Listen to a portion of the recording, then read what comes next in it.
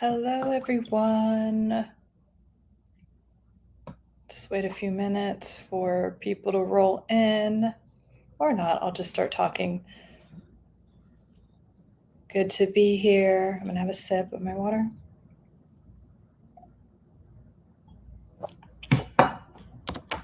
So I'm just going to be answering your questions. I'll start, as I always do, with questions I got in my DMs, in comments.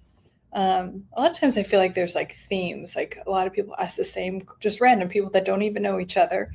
Some in my private practice, some just in the comments of like, it's about different things all the time. But we're going to go over a few different things. And one of them is, we know that narcissists always cheat. They always cheat. They always have extra supply. But also, people in these long-term relationships with narcissists, they also cheat, not for the same reasons, not because they need extra supply and, as a way to torture who they're with, but just because, especially if you're in a marriage and you just feel like you can't leave immediately, just to feel some type of connection with someone, to get your emotional and physical and psychological needs met. And like a lot of times people that are in these situations with narcissists, they write me and they're like, is that bad? Like, well, they're cheating, so I can cheat too. Just like justify it, or they actually feel bad. Sometimes there's a little bit of revenge type of thing, but sometimes it's like, I just need to feel some type of love, and they feel like they can't divorce this person or, completely separate in this moment. So they cheat or have an outside relationship. And so I don't think that there's in general, I don't think guilt is a very efficient emotion. I think guilt and shame are used to control people, and they usually lead to a lot of fear-based things. So I don't ever recommend feeling guilty, but I would recommend that as a way to be like, okay, I'm getting my needs met outside of the relationship, or I'm thinking about it. And so what needs and feelings do I have that aren't being met? And really looking at that. And really, when I do this work personally with one-on-one clients, it's like, can you look at that and decide that you're worthy of that, and it's okay to get that from a relationship, and that it's possible. A lot of people, more than I realize sometimes, don't feel like it's possible to get their needs met outside of a relationship, or the needs and like things that they want in a relationship. They're like, oh, because you've been in this scarcity mentality for so long, and the narcissist has maybe even brainwashed you or condition you to believe that you don't deserve those things. You're literally making a feast out of crumbs. They've been breadcrumbing you for so long that when you get a little crumb of something, you're making a feast out of those crumbs. So yes, you can get all of your needs, like whatever you want, need, and deserve, you should be able to have, and you deserve that. I always say that in my thing, like, you deserve a loving, safe, peaceful relationship where you can get your psychological, emotional, and physical needs met. And so when you are in a relationship with one of these toxic people, yes, it's very common for the other person to cheat. You know that they're cheating, but that's not why you're doing it. So I just want to say that it is common. You are seen and heard, and like a lot of times these people are in my DMs, asking me this and feel really guilty about it. And I just want to say that you don't need to feel guilty, but it is common, for these dynamics to occur. And so I'll do a little bit of announcements. So I've been talking about this. I think I'm going to do like a community on school. And so it'll just be a way for, you to connect with me like more directly. And then I'll have material on school that's just answering your questions. That'll be about relationships. And, oh, thank you, Adam. And because everything I do is about rewiring the brain and just optimizing the human experience. So your health, wealth, relationships, everything is at its best. So even though I have a course and I do a lot of my content is about healing from toxic relationships, it's so because your relationships are a huge part of your life. And if you have good relationships in every area of your life, work, romantically, family, like your relationships and who's closest to you directly determine the quality of your life. That's why I talk about relationships, not to focus on the narcissist or the toxic person. It's to increase your quality of life. So I would have stuff about relationships in the school community, also stuff about prosperity consciousness, like getting out of the and we're going to talk a little bit more about that, like getting out of that scarcity mindset that sometimes we're in scarcity mentalities around things and we don't even know. So when you have an awareness around that, you can shift it and all of a sudden elevate your finances, elevate like the quality of your relationships. So the more we can recognize when we're in a scarcity mentality and reprogram that and pull ourselves out of that, then we could have like more prosperous, healthy, like loving relationships. What do you mean by that, Adam? I talk about relationships and I give relationship advice. And I talk about what real intimacy and real love looks like, which a lot of people don't know. A lot of people, especially narcissists and people with personality disorders, they're terrified of intimacy because they'll feel too seen. It feels overwhelming to them and it's very threatening to them. Not that they can't experience it, they just refuse to sometimes, which is why a lot of them cheat and just do other things to really fracture any intimacy, and then they'll blame you for it. But they do things to trigger you, but a lot of it is cheating, so they don't really get too close to anyone. I mean, I've had clients, they're like, I didn't even know I was married to someone who had a family here and another family over there, because it's like they can't handle too much closeness. So it's very common. So anyway, the school community would have all of those things. And I do also have these requests for like, hey, can you do a video or just like a portion of videos that are about like toxic work environments and how to deal with toxic coworkers or bosses and everything. So in the school community, it would have just like sections. It would be like categorized really well. And then if you join the school community, you'd have like access to like talks like this, but it would be in Zoom, so it's more interactive. So anyway, that's just an idea, but like it would be free. And then if you want to do the courses and everything, you could take the courses or work with me personally. So let me know if you're interested in a school community. Another thing, I have like a scarcity part of my healing from toxic relationships course. There's a big portion of it that is about getting out of a scarcity mindset, and part of it's like directly related to money. And so let me know if you want me to like just have that as a separate course, because my course students are like, oh my God, this is amazing. The scarcity and like money mindset shift part of the course. So I can make that its own separate course if you guys would be interested in that. But it is part of the whole course. And what else did I have here? I'm going to talk more about triangulation. Let me see. What and how do you have and give a great? So Adam, to answer your question, there's a lot of layers to that. It's a pretty general question, like how to have healthy, I'm going to assume that like intimacy in terms of like actual real connection, because that's what I talk about. So within a safe relationship, a safe container in a relationship, it should just be the two of you when you're deciding to be in a like committed, healthy relationship. And so in this, speaking of triangulation, so what a lot of people do to not have as much intimacy, this is very common with narcissists, is that they will have someone else in the background, like another form of supply, but that's always kind of intruding in the relationship. Like you always feel compared to this person. And you're like, why is this person around? This is our relationship. Why are they constantly like, why do I feel like I have to compete with this other person if this is our relationship? That's how the triangulation starts. And then so the narcissist is having some type of inappropriate conversation and interaction with this other person that they're triangulating with, and you feel uneasy. It's not good for your nervous system, and you feel like you have to compete with this person. And so that is how triangulation shows up in relationships. And then it gets deeper, like the devaluation comes in because they start comparing you to this other person, or, oh my God, you're being so dramatic, things like that. And it's just kind of like, no, I just want a safe, like contained relationship. I'm not being dramatic. And so you're getting gaslit, and all of these things come up, and all of these things are to push intimacy away, even though it's being portrayed and you're being gaslit as like, oh, this is all your fault. So, but intimacy in healthy intimacy and relationships is this ever evolving thing. At first it's like, can I show up and be myself?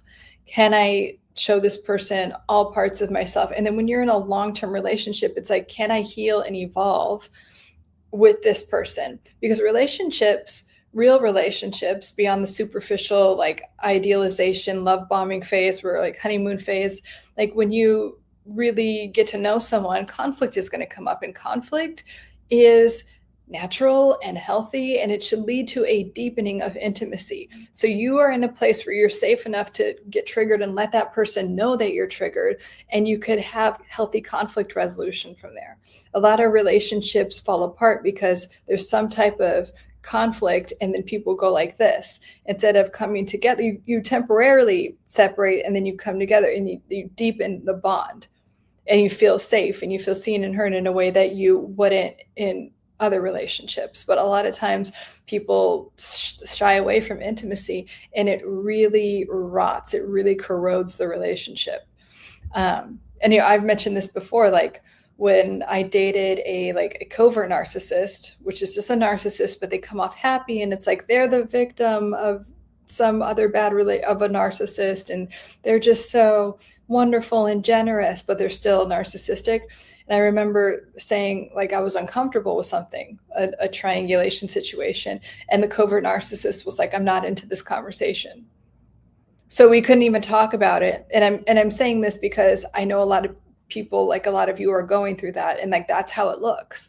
I just want you to know that you're not alone. A lot of people also ask me, like, oh, have you been through this, or is this just like education, like erudite, like educate? And it's like, no, I have extensive knowledge in this. I have a master's degree in psychology, graduated at the top of my class. I have a ton of certifications, blah, blah, blah. But I've also been through this, like in my childhood, in a lot of my relationships, and healed from this. So it's both. I've been at ground zero with you guys. Let's see. Peter, I just started at like 6:05, so you're good. I'm good. It takes two to tango. However, how do you deal with a toxic relationship as both parties, assuming one is more of a reason for healing? I don't really understand that question, Peter. How do you deal with a toxic relationship as both parties, assuming one is more of a reason? I don't know what you mean by that, Peter. Can you write that question again, like more clearly? Part of me feels like it sounds like, oh, I'm in a toxic relationship and I want to blame myself too.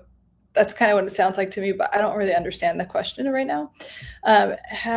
We have a great intimate relationship, but I just want to make sure she is ultimately, then talk to her about it. Say that, Adam. Say, yeah, we have a great intimate relationship, and I just want to know that you're ultimately satisfied. Like how, like that's what having a consistent, like real intimate relationship is about. You're constantly talking about things. You're constantly evolving, and the communication is open in a safe container.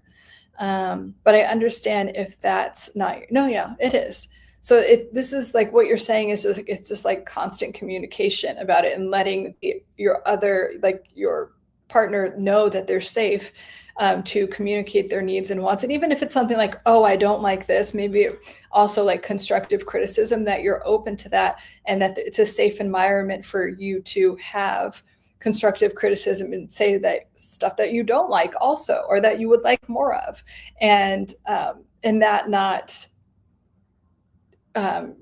trigger, or even if it does trigger you, it's like you can be triggered by someone and know that like that person won't leave, or that person won't reject you, or that person won't punish you in any way for having a reaction, for having needs. When you're in toxic relationships, it's like you're punished for having needs, for being human, for having the thoughts. And like it's very similar to being in a cult. It's like you have to only do what I want and make me happy and follow my rules. So yeah, just open communication. Hi, I comment to make you angry. Assuming one is more of a reason for the toxic. Oh, so assuming one person is more like toxic than the other, how do both parties heal one being the perpetrator versus one being the victim.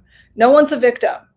That is, if you are up in here, if you're in this, no one is a victim. Okay, if you are a full functioning adult, that, you know, if you're not a child or like, you know, someone that's disabled in some type of way, if you have all of your mental faculties, you're not a victim. You can feel like a victim.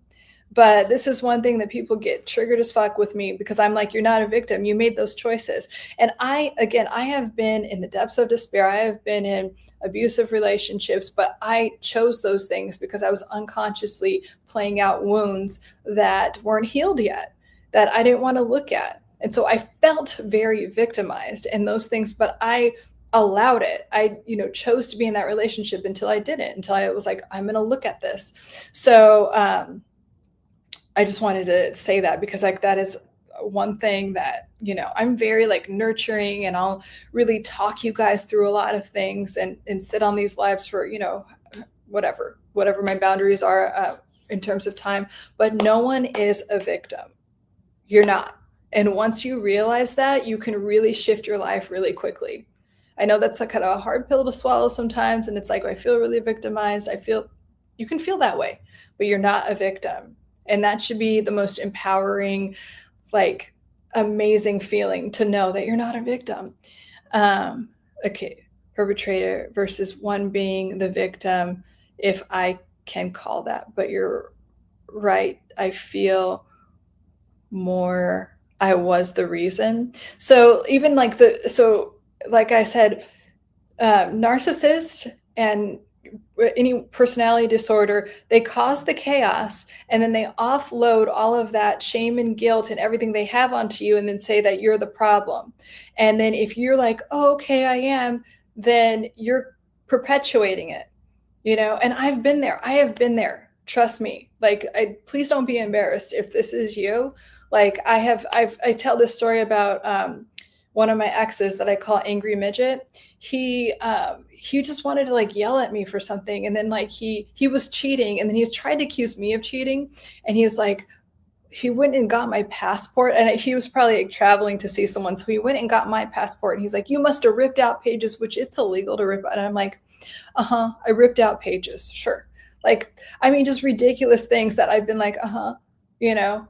I have a narcissistic mother, and like when I would talk, I'd be like, oh yeah, sure, let's just all, you know, because you just want peace, you know. And that's the thing they also try to bully you with. It's like, oh my God, I just want peace, so I'll just agree. And that is keeping the cycle of abuse going. So noticing that you're doing that and taking accountability and saying, like, you know what, I'm not going to do that anymore. I'm not going to keep the cycle of abuse going, so I make myself feel like a victim and they could dump all of their stuff on me. No. So and also, Peter, it's not about one being more toxic than the other. Like, you focus on you. When you decide to heal from these relationships, you look at yourself and be like, okay, I have all of this going on that allowed me to attract this into my experience. My worthiness, what I thought I was worthy of, like, allowing into my life, and what I was worthy of, like what I feel about love, and like, everyone gets to experience love this way, but not me. Like, you have a set of false belief systems that you're running on consciously and subconsciously, but you get to look at that. So is it like love when you were a child? Love was equated with you just performing. Was love equated with like, oh, I just have to put up with abuse? It came from somewhere. You said one party is more toxic versus the other. You said not, no, I don't, it's not about like a toxic measuring contest. It's kind of like it, and why, like, are you trying to like blame yourself more or the other person? The idea is to bring all of the awareness and attention back to you, so you can heal and be the highest and best version of themselves. So it's like, of yourself. So why does it matter who's more toxic? That's like your brain or your inner critic trying to distract you from healing. It doesn't matter. You need to sit down and focus on, here's what I want, need, and deserve out of relationships, and work from there. and then decide like, okay, in the past, I have these codependent tendencies that literally like trigger my nervous system into flight or fight so badly when I set a boundary that I literally feel like a tiger is chasing me through the, jungle. That's how, and it could really feel like that when you're setting a boundary. It could feel like the end of the world. It could feel like you are in physical danger. So we have to dismantle all of that and start with like basic, like, it's okay for me to get my needs met. It's okay for me to speak up when something isn't right. It's okay for me to not take this verbal abuse, whatever it is, whatever your boundaries are. You have to start somewhere. Scroll down. So here's what I want to truly ask. Yes, always start with what you just truly want to ask.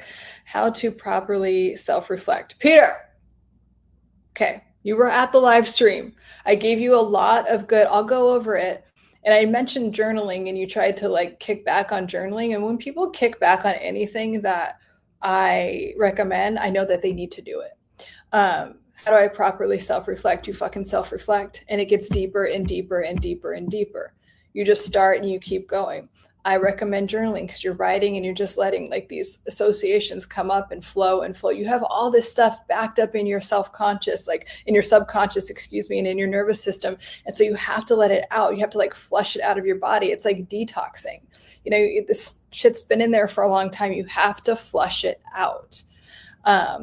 Looking back, I feel I don't do anything right. Okay, so again, let's start with that. Okay, I do things right. Like Peter, you just have to decide. I had this old belief, like the techniques that we went over last time. Like I have this belief that I don't do things right, and I'm very self-deprecating, and I'm like, so you attracted people, like your parents probably did that to you, and so you just kept it going because part of your brain is addicted to that. So decide, like, I don't feel that way. My inner critic is on autopilot, repeating the past, repeating the past, repeating the past. Okay, so you have to decide, like, you know what? Every time I take action towards things, it's the right move. Every time I do something to better my past, it's the right thing.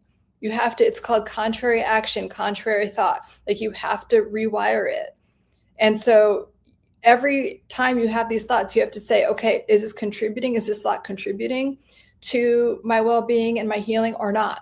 And if it's not, like a thing like, I can't do anything right. Well, of course, that's a victim-y type of thing. We're allergic to victim-y things here. So it's kind of like, no, inner critic, I'm not believing you anymore. I've spent way too long believing you, so I'm not believing that anymore. I'm doing this new thing. And you really do become a new person, you guys. So that's why I'm saying take contrary action. Do the thing that's uncomfortable. Do the thing where you say, it's your inner critic. It's like, it's not going to work. It will. It will. Which is not true. Okay, at least you could know that it's not true, Peter. I guess how to get better and not get too critical about the past. You decide, okay, whatever you give energy to, you get more of. So every time the inner critic sparks up, you have to be like, no. I mean, just say no, just say delete. You're creating new neural pathways. So it's not going to be like, it can be fast. It can be a lot faster than you think, but I'm just saying, like, be patient with yourself. So you've been brainwashed to only listen to the inner critic, which has only been feeding you lies and only like talking about the past. So you have to be like, okay, I'm focusing on this. Again, like when I was talking about the plants last time, it's like, are you going to water the plant of like, I'm a victim, I can't do anything right, I can't do, like my wife says, I'm going to believe all this stuff? Or are you going to feed like, I'm an empowered like man that is in charge of his life, and I'm doing this, and every part of my life is getting better? Which one are you going to feed? Which one are you going to water? And continuing to decide that, like shifting, and then soon it'll be your baseline state. Mike says, my question was about your own existence, understanding human patterning, and to the nth degree, you see the incentives and motivations of most, if not all, people. Yeah, I mean, like, that is my job, is to understand human behavior. I do have like a specialty in it because I I used to, be a personality profiler and I understand personalities really well. That's why I create all this content about like you're not crazy. Like narcissists do these things, and borderline people and people with personality disorders, they really do these things, and they trigger this in people's nervous system. And this is how you deconstruct that and not get triggered by that and not continue to attract those things again and again. Okay.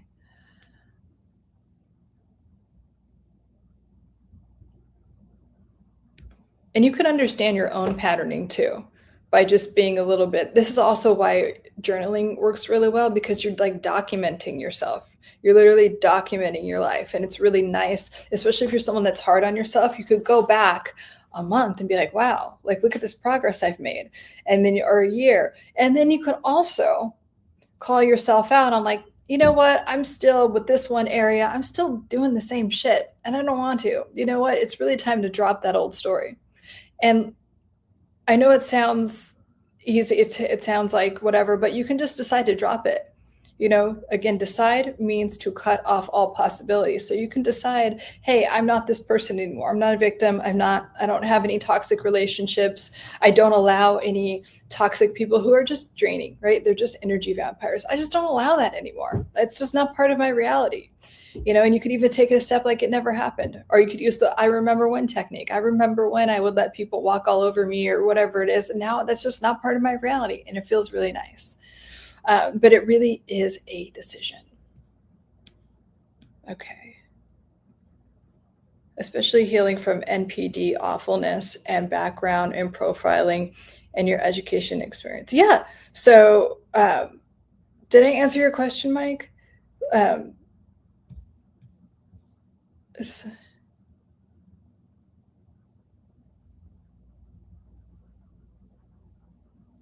mean, you're saying my own existence. Let me know. I mean, none of those sentences, like you didn't ask like a question, but I do have, an extensive education in this stuff, but also like I've been through it, like from childhood, then repeating, just like a lot of you, like repeating those unhealed wounds that I didn't even know. I'm like, oh my God, why is this happening again? This is just like, my toxic parents treat me. Like, why am I repeating these toxic dynamics in my relationships? This is so frustrating. And that's why, like, even though I do have like extensive education, I always say the education doesn't mean shit unless you do the work. I really believe that. I didn't put out my course or even start really helping people with healing from toxic relationships until I did the internal work. And it makes a big difference. And like I have worked with other psychologists and therapists and coaches, and I could just tell if they haven't done the work, if they're just, a lot of them have a huge online presence and like they just charge people a lot of money and they don't even know what the fuck they're talking about.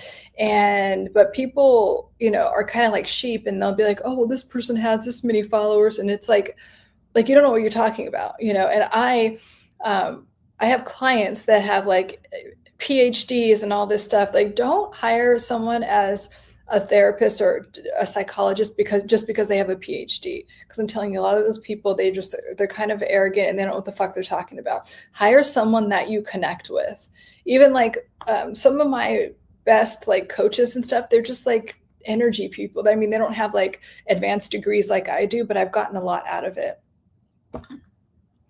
Oh my gosh, is my internet? I'm having my internet person come on Friday, so hopefully this gets resolved. I'm really sorry because it's annoying. Sorry, Big Pontiac. Hi, Big Pontiac. Jojo says, yes, you're so right. Yeah, yes, you're right. Hi, Tim. Yes, thanks. Okay, yeah. Just wanted to make sure I'm fully answering.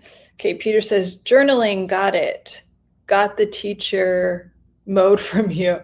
I know, but it takes like, okay, here's also like, and this is just pure neuroscience. We don't need to be taught something. It needs to be repeated, right? That's how you get a song stuck in your head. It's like, you don't need to just know, like hear it once. You need to be repeated. So, and this is like works like with my individual clients. I'm like texting them every day. I'm like, hey, you on that? You doing that? Like super annoying.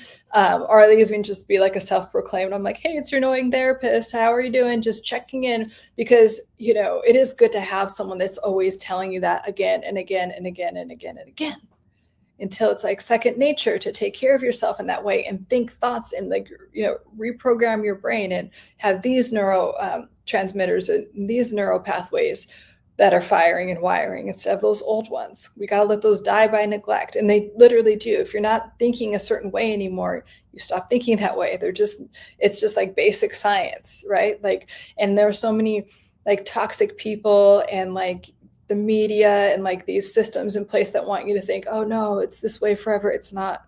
I'm telling you, another one of my big messages is like, you don't understand how powerful your mind is. Your mind is so powerful, and there are a lot of systems in place that are trying to make sure you don't know that. And so I'm here to just remind you of that. Like, you can really shift things quickly. FYI, I do have a name for my inner critic. Good. That's another thing that I talk to you guys about. Name your inner critic something annoying, like a name you don't like, so you can really understand that that is a separate entity. Your inner critic is just like past programming that doesn't serve you. It's shit that your caretakers, your parents, whatever, that bully told you that is not true, but you absorbed it as true, and the inner critic just talks to you, and it's like only repeating the past. So it's good to just name that person, so you could be like, oh, that's not me talking. To be more clear, I can see journaling helps to truly identify the positives and improve areas. Yeah, it is, because especially when you're journaling with pen to paper, because it takes a lot of you're using like physicality, right? You're focusing on that, and if you're like just talking, and I mean like talking in voice notes, because I also recommend that, it could be more distracting.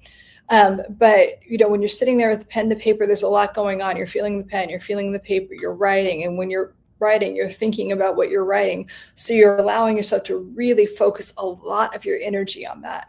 Especially if you have difficulty in meditating, I would say like journal a little bit before to get your brain more like focused in one direction, and then meditate for a couple minutes, because your brain is more primed after that. Mike says, that was my question. Now that we've done all the work and know all the patterns, does experience outside of work with people get boring? No. Does my experience with people get boring? Like, how everything plays out? I mean, I wouldn't say boring, but it's very liberating. And this isn't just for me, because I have, whatever advanced degrees, and like I've done a lot of healing. You just like, you kind of like see the forest for the trees, or whatever the saying is. It's like, oh, I know how this is going to play out. And it's a time saver.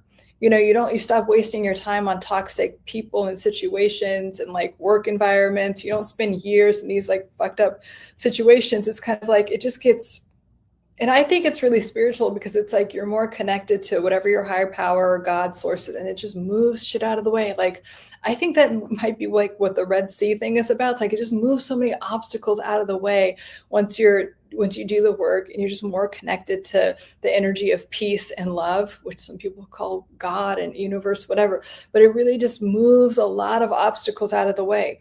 So you could be healthier and wealthier, and you're not wasting your time with a lot of chaotic energy. So it's not boring. It's very peaceful and liberating. And that's the state we really want to be in. We don't want to be happy. We want peace.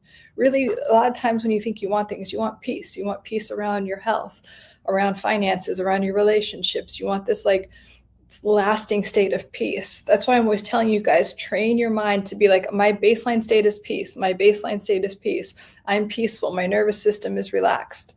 That's going to really help. I find people speak slow in person. Oh, well, I'm sorry. I comment to make you angry. Yeah, some people, when people speak really slow, I'm like, bro, come on. Matthew Jordan, hello, good evening. Hi.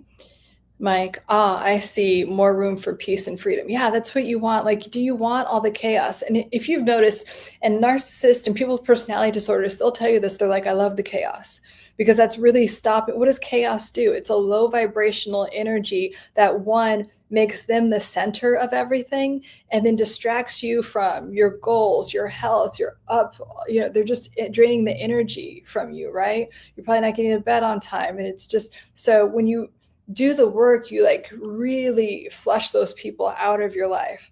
And that's why I also was saying, like this is a victim free zone because I want to help people that want to help themselves and like not, I don't feed anyone's like addiction to victimhood. And that is a real addiction. I want to make that very clear. That is a real addiction that sometimes people aren't even aware that they have, like being addicted to victimhood, being addicted to sadness. I used to be addicted to sadness, like just, in case you feel embarrassed about that, you're not alone.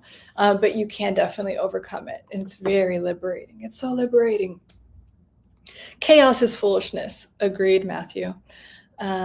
Peter, last time you talked about one thing you continue to learn on a day-to-day is meditation. Yeah. I did the start stop exercise you suggested. Good. And any other activity apart from meditation that helps regulate the nervous system. I'm assuming that's what you're talking about because that's what meditation does. And meditation, it does a lot though, because it's also going to bring up to the surface, like I mentioned this last time, like things that you don't want to look at, but it's to digest them. It's to release them out of your nervous system. It's kind of like a teacher told me this one time when I was struggling with, I'm like, I don't want to look at that. The meditation, it's like your nervous system and your mind like has gas and it's like releasing that. It's like uncomfortable, but it like goes away. It doesn't last. So we have to let those things go. But in terms of other nervous system regulation techniques, there are so many. There are so many, and it just depends on what you connect with. I talked about EFT tapping, which is when you tap like meridian points. Just look it up on YouTube because it's very simple. It just goes over certain things, but you talk about like what's bothering you, and then you just get really real about what's bothering you as you're tapping these meridian points. They also have apps for it. And then you like slowly change your mindset towards the solution that you want. That works for some people. You could also if you like walking outside and like breathing and then being grateful for things, that's an excellent. It's so simple, right? It doesn't cost a lot of money. You don't have to buy an app or anything like that. I like certain apps, by the way. I'm just saying, but like, and it's been scientifically proven that being outside and walking does so much for the nervous system. And so we just overlook it because we want things to be complicated. So if you could just do that and be grateful for everything and notice, speaking of being in a prosperity mindset and getting out of a scarcity mindset, because a lot of healing is actually moving out of a scarcity mindset. Is like, look how abundant everything is. Look how amazing nature is and how prosperous and how like rich, like richly abundant everything is. How amazing. I'm reading this book called The Master Key, and the author, and it's like, it was written a while ago, but he is teaching people these things about manifestation that, are still not are still, being understood, and the sciences behind it and all that thing. But he was just like, nature is like ridiculously lavish. When I read that, I'm like, yeah, there's no like frugal, like it's just like creating and creating and creating. And there's more than enough. And like everyone gets their needs met just by like existing. And it's just like this really amazing, like abundant ecosystem. If we could remember that our lives are like that. So, yeah, so there's a ton, Peter. If you go through my content, like on my shorts or on my TikToks, like almost every day, almost every video is about some type of technique to reprogram your brain to regulate your nervous system. That is like what my whole channel is about. Because if you can do that and rewire your brain, then you could get what you want out of life, right? We're just recalibrating here. Matthew says, do I believe in Jesus? Yeah, like I do. Like I'm not like religious, But and especially when I read A Course in Miracles and did A Course in Miracles for the year, like, you know, some people call Jesus one thing in one spiritual practice, and in quantum physics it's called something else. So like when people talk about, yeah, absolutely. um okay, thank you, Big Pontiac. I just don't like that my picture's going in and out, so I'm gonna work on this. But I apologize.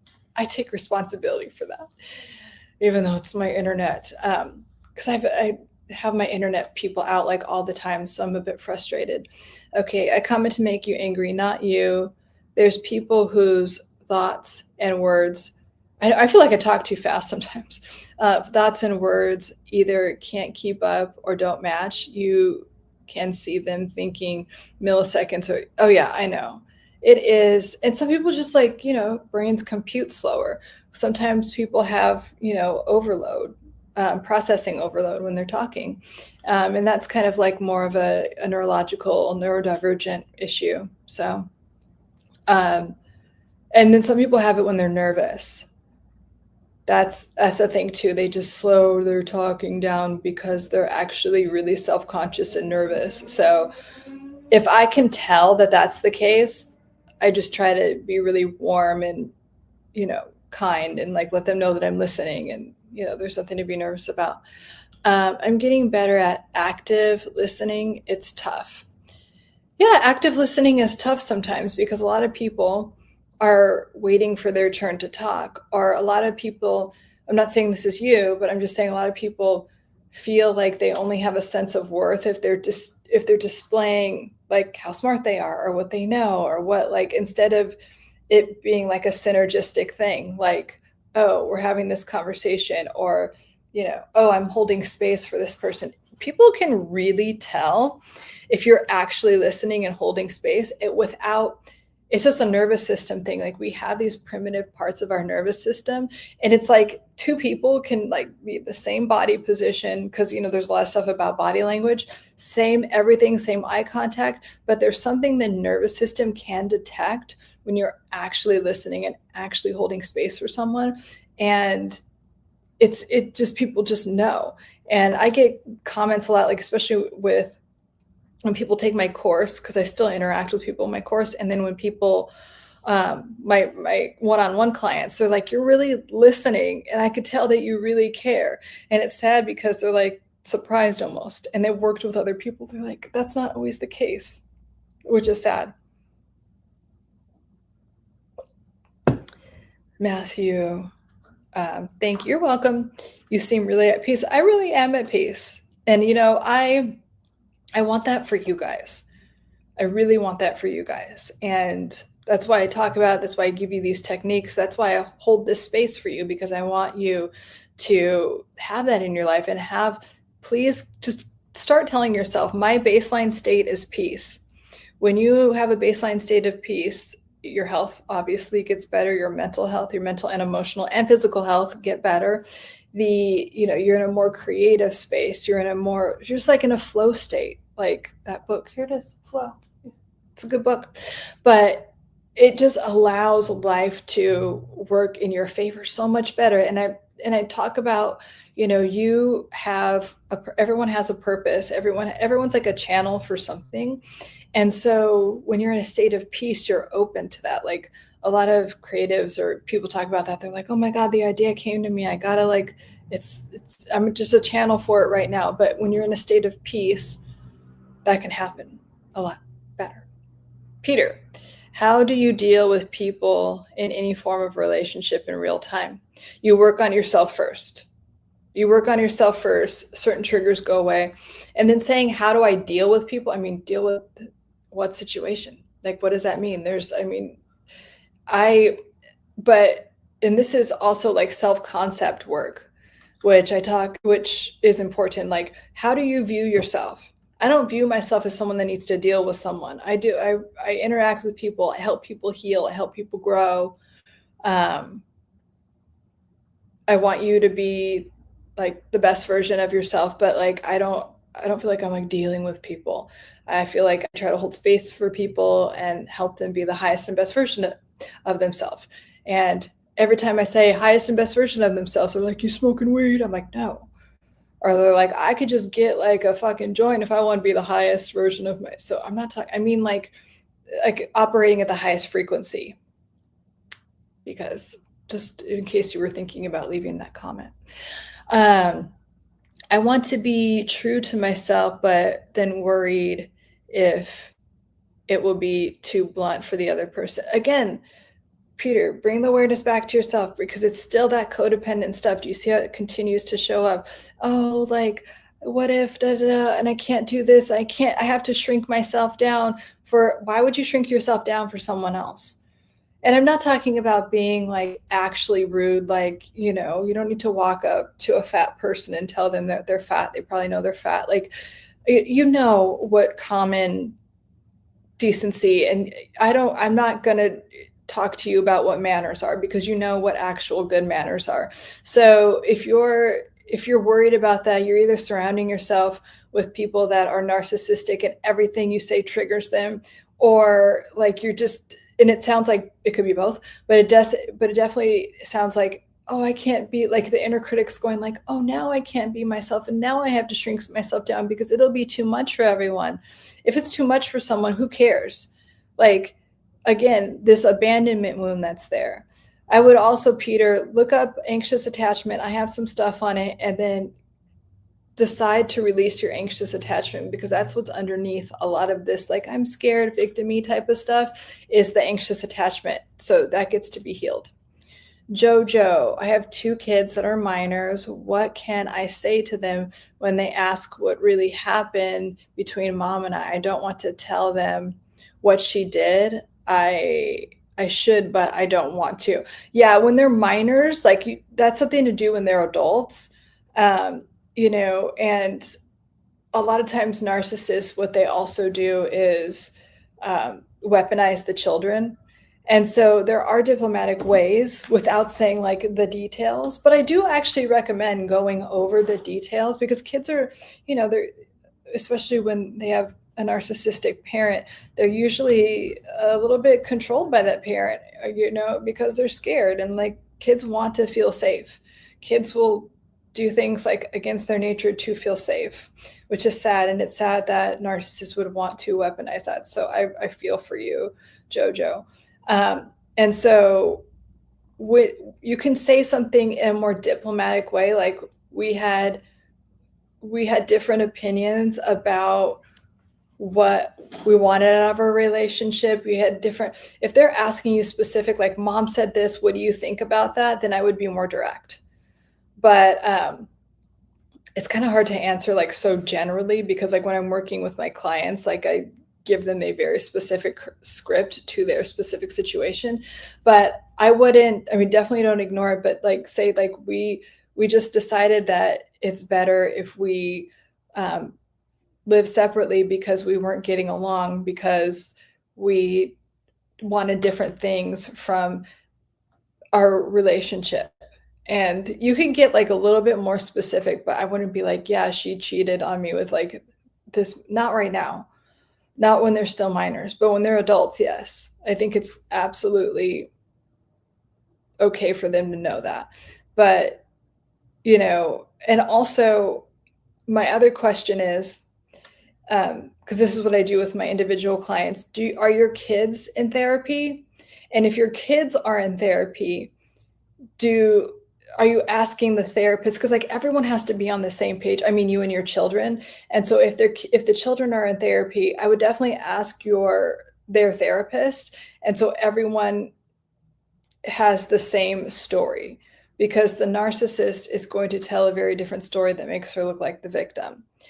And that's another thing I would tell the kids when they're minors. It's like, no one's the victim. We both did things, and maybe your mom doesn't want to take responsibility for that. And you can even say like, that's one of the reasons that we're not together right now, is because, she didn't want to take responsibility for those things, but we're both, and just let them know that that's a normal part of being in a dynamic, is that you always take responsibility for your behavior. And we weren't able to do that. And so, but yeah, I would also like create a script with the therapist. And also, like, if your kids aren't in therapy, get them in therapy. hopefully the therapist can work, like one therapist who's good at what they do can work with both children and get everyone on the same page with you. It's really important. I think it's a really important investment to make when you're dealing with a narcissistic parent with minors. And they'll figure it out. Like adult children will figure it out. Or the blinders lift if they even have blinders. I don't, because I don't know the specifics of everything. I comment to make you angry says active listening in regards to coursing others, coursing or coercing others, coursing others threads of language into the tapestry. I have a habit of spacing and leading. I kind of think I know what you mean, but I don't know why I'm randomly remembering this, but Robert Greene, I think it's because he says it so eloquently, and it's in Powers of Seduction, his book called Powers of Seduction. But he was just like, you draw people in and you get people to like you. He's like, enter their soul. And I thought that was a good way to put it. I mean, I call it like creating a container for someone, but when you enter someone's soul, you're not worried about you and your opinion and like how smart you look and all of this information that you have. You enter their soul and you understand them and what they're trying to say and what their dreams are and whatever they're trying to communicate to you. You will get people to that, and that's actually active listening, but you will get people to bond with you and like you if that's what you're trying to do. But that is active listening. It's just to be completely present. And like the right thing will come. A lot of times people don't actively listen because they're actually self-conscious of coming off like dumb or whatever. It's very like actually kind of self-absorbed, and no judgment if that's, like a lot of us do that in job interviews, right? We're like, and so it happens in different environments. But if you could just relax and like enter that person's soul, it's like, what is this person about? I'm just going to be curious. Like I'm opening a room and I want to like learn everything. I'm just going to be quiet and actually like absorb all these things. It is an awesome book. Make them feel like they're the star of the show. Lauren, that's my problem. Yeah, I mean, right? Like that is. And it's like, well, do you want to be the star of the show? If you want to be the star of the show, make them feel like the star of the show. So, but yeah, I mean, everyone wants to be seen and heard. Like we have this primitive part in our nervous system where we want to be part of the tribe. We want to feel included. And that means being seen and heard and our experience reflected back to someone. That's also a way to bond and like have like real connection and intimacy, is like our experience is reflected back by someone and our nervous system feels their nervous system. So it's a very good skill to learn. I'm not self-absorbed. I'm Aquarius. Oh God, don't even, okay. We don't blame our astrological sign. I hope you're kidding. I think you're kidding. We don't blame our astrological sign, our having ADHD or anything. We don't blame that on any behavior. Like, I don't know, I had a friend, I'm not friends with her anymore, but she would blame everything on being a Sagittarius. I'm like, you can't blame every character defect on the fact that you're a Sag. You need to actually, do something about it if you want to be better,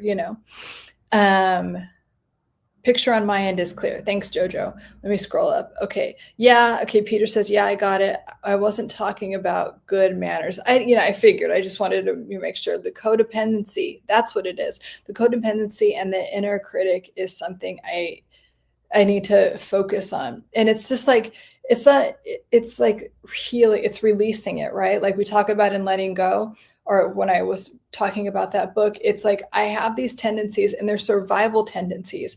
I don't want you in survival mode anymore. Okay, you needed to do that when you were a child to literally survive. Now I want you to thrive. So we have to let go of the survival mode of like, oh, I'm going to be small. I'm going to not get my needs met. And I think that person will like me more if I don't get my needs met, right? We're letting that go. Got it. Random question. Your thoughts on Stoicism? I like all the philosophy of Stoicism. It's a lot about like, I'm taking responsibility for my life. Like Ryan Holiday is one of my favorite authors when it comes to this, because I just love how palatable all of his books are, how he brings his life into it, and then he really understands stoicism, and like, and you could tell that he has such a passion for it, and I love people like that. And when people have a passion for something, it just, it makes everything better. You know, it makes everything like, you just connect with the work so much better. Whereas when someone's just like, oh, look at all this stuff I know. So stoicism and like cognitive behavioral psychology are very connected. It's like, okay, here's a problem. I'm going to take full accountability for it, and I'm going to make these behavior modifications. So I think that there's a lot of wisdom to stoicism. And if that's something that connects with you, like, bring it in. But I would definitely, Peter, after you finish letting go, read Ryan Holiday's books, whichever one, like look at them and just see which one you're drawn to first. But I mean, those books, I just can't say enough about them. Let's see, Mike, Robert Greene feels like a walking goal to me. I don't know why. I know his books help people navigate power dynamics, etc. Why do you think that is? I don't know. Why are you triggered by him, Mike? I don't know. Like, I mean, some of it, like the way he writes is a little bit over the top, and but that's the point of it. It's like, yeah, and then this, like, but he even talks about it, like in the 48 Laws of Power, one of his other books. He's like, you don't apply all of the things. He's like, this is one tactic, this is another tactic, and here's why they work. They've worked throughout history. But I think that people take his stuff, like, I don't want to say too literally, but like, you don't apply everything all at once, but it's just these facets of human nature that he's trying to educate you about through his work. And you don't have to, like, I don't agree with 100% of everything that he says, but I do think that there are certain things that are very helpful to understand. And he writes them in a way that's like palatable to the average person. Okay. I comment to make you angry. Robert Greene's books are why guide for people who have those personalities. I don't know. It depends on which one you're reading. You know, like his book Mastery, it just talks about like the evolution of what your life could be in a way. Like all of his books are a little bit different. Again, I wouldn't take everything like to like, oh my God, this is the Bible for humans. Like it's like not that, but it depends on which book you're talking about. But I mean, it's kind of like take what you like and leave the rest type of thing. But if something triggers you, then I'd look at that, because your triggers are your teachers. So if something's triggering you, it might be worth, hey, why is it triggering? Because again, our baseline state is peace. So if something's bumping us out of that, it's like, why? Let's look at that. I comment to make you, oh wait, hold on, I missed one. Peter, I need, the obstacles away is my favorite one personally. Yeah. And I read and listened to The Obstacle is the Way like multiple times in a row, because it's just one of those books where it's like, oh, I need to, you know, and I don't say that about every book. So I comment to make you angry. They're more of a why than a how. Okay. Marcus Aurelius Meditations is, yeah, that's a great one. Check out Machiavelli. Yeah. So yeah, Machiavelli, again, like these stoic works can help formulate you, like your actual sense of identity and like what your self-concept is, because that's what we want. We want a strong self-concept that's rooted in like peace and just really knowing who you are, not like, oh, I'm going to shrink like not a reactive thing. Like, oh, if this person does this, then I'm going to do this. It's kind of like, no, I am this. I am intelligent. I am confident. Whatever you're working towards in your, like for me, it's like I'm a therapist and I want to help as many people as I can be literally like the best, most optimized version of themselves. That is my focus. So, being very strong and having a strong sense of self and strong self-concept is going to get you really far. A positive self-concept, right? A self-concept that serves you, not like, oh, I suck and I can't do anything right. Those are just old negative beliefs that someone taught you that you started to believe were true. Not talking about that. Okay, I think I went over all my notes. In the beginning, I was saying that I'm going to start a school community, SKOOL. If you're not familiar with that app, but it's just an app that where like people can put all of their work, and it's like really organized. Like, okay, if you want to focus on relationships, if you want to focus on um, my other course is on imposter syndrome and getting past all of those. Peter, that actually might be a good course for you, my imposter syndrome course, because it helps get rid of those like self-defeating thoughts, because it's really imposter syndrome is like a is an anxious it's on the anxious spectrum of like, oh my god, I really feel like I'm going to be exposed as a fraud and I suck and all of these things. And like there's a direct correlation between people having success and having more and more imposter syndrome. So, but anyway, all of that, all of my materials, all the things are going to be on school, and like I'll have part of it for free. And then if you want to take that course, you could just, purchase the course. But anyway, like it'll just be like an ecosystem for everything that I'm doing. And then I'll go live on there for just my my school people. And maybe it'll be through Zoom so I could have more like interaction with you or talk to you guys.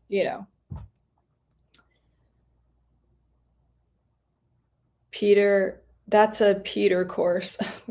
Let's see. Mike says, will you give a 5-minute top down overview on spiral dynamics?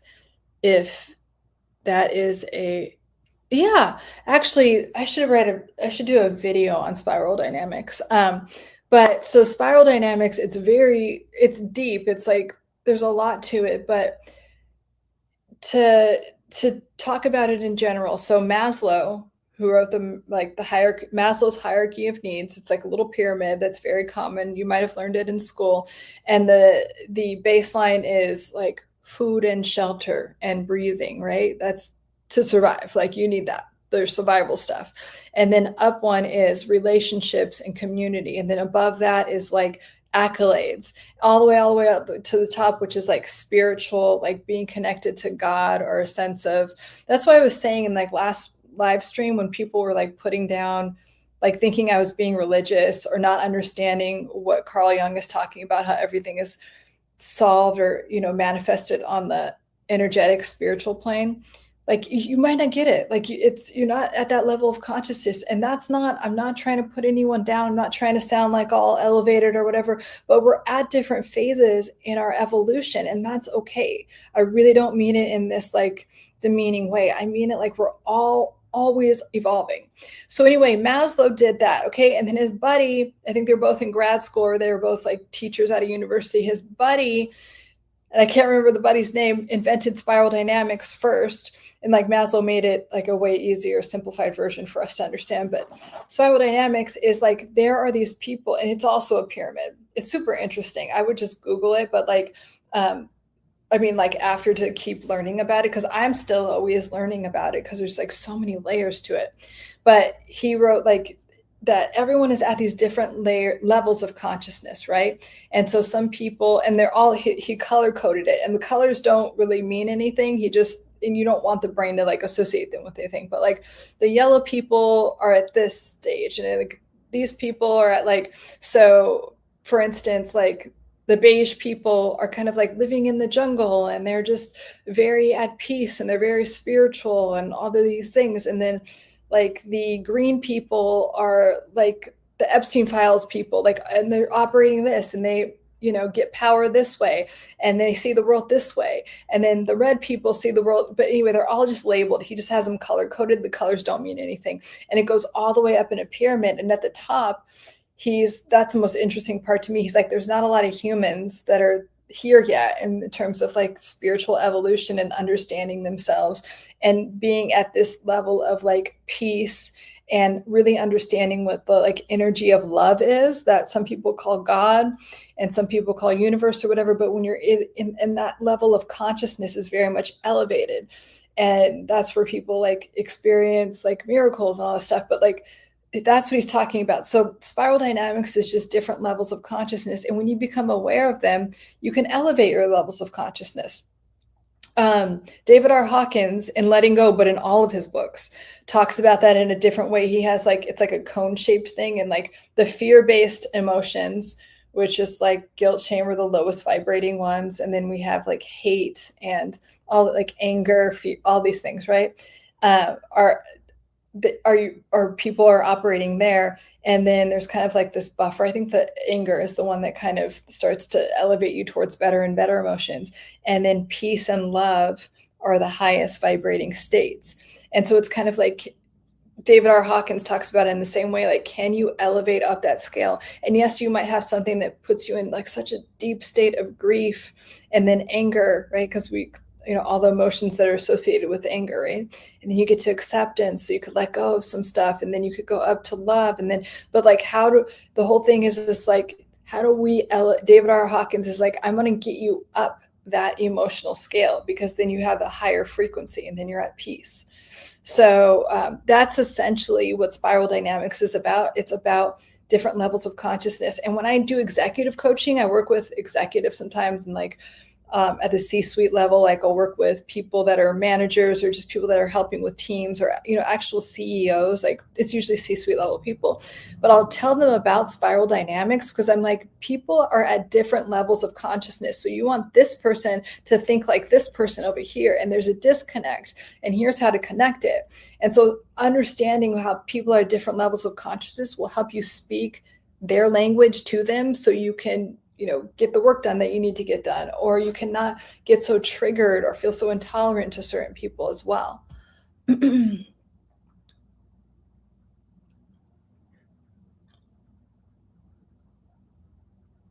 best book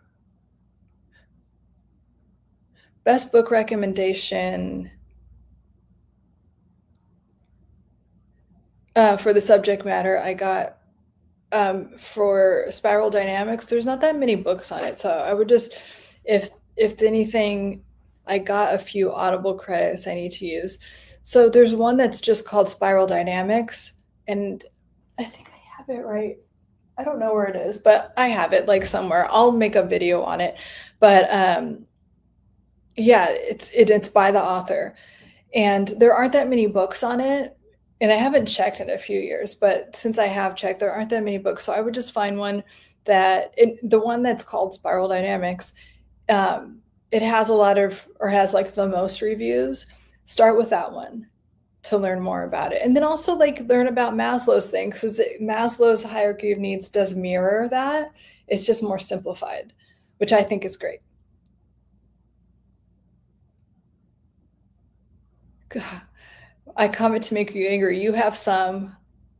You know what? Peter and I comment to make you angry. You could help each other out, because I comment to make you angry there's an opportunity for growth to like listen more to people and be more, and then you could get some of his confidence and some of his like fuck off energy. Like you guys can help each other out.